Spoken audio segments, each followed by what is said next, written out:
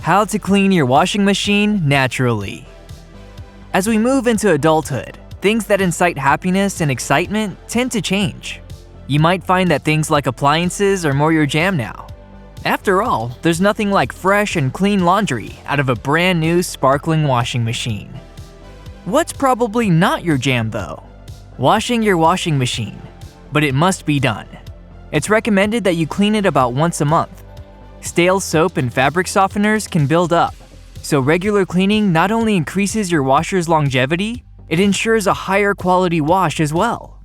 And while you can use bleach to disinfect your washing machine, the residue that might get on your skin from clothing can be irritating. Natural cleaners work just as well, and they're a lot gentler on the skin. And now, the moment you've all been waiting for. Here's how to clean your washing machine with a concoction of white vinegar, baking soda, and essential oils. Step 1. To start, your washing machine should be empty. Then, place approximately 2 cups of baking soda where you would normally put the clothes. Put on a long, hot water cycle and allow it to run. The water and baking soda will gently scrub the inside of your drum, destroying that stale and moldy odor that can build up from soap and fabric softener over time. Step 2. In the compartment where you typically put your detergent, add 2 cups of distilled white vinegar and about 10 drops of an essential oil, such as tea tree or lavender. This fearless duo will not only help with mildew and mineral deposits, but it will also disinfect. Run the longest, hottest, largest load setting on your machine and let it work its magic. Step 3. It's now time to wipe down the inside of the machine. Use a cotton cloth and vinegar to wipe down the drum, and agitator if you have a top-load machine. You can combat tough stains by combining baking soda and water into a paste, then scrubbing with a non-abrasive sponge. Step 4.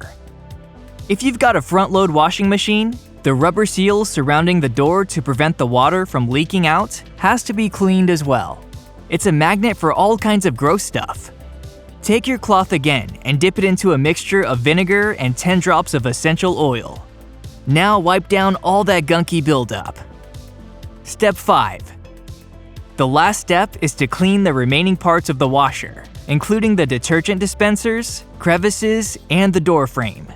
The inside and outside of the door can be cleaned with a mixture of vinegar and water. You can add a boost of baking soda and use a toothbrush to get the harder-to-reach areas. And don't forget to wipe down the control panel to remove any dust and dirt buildup. Now that your washing machine is spick and span, there are a few things you can do to keep it that way longer.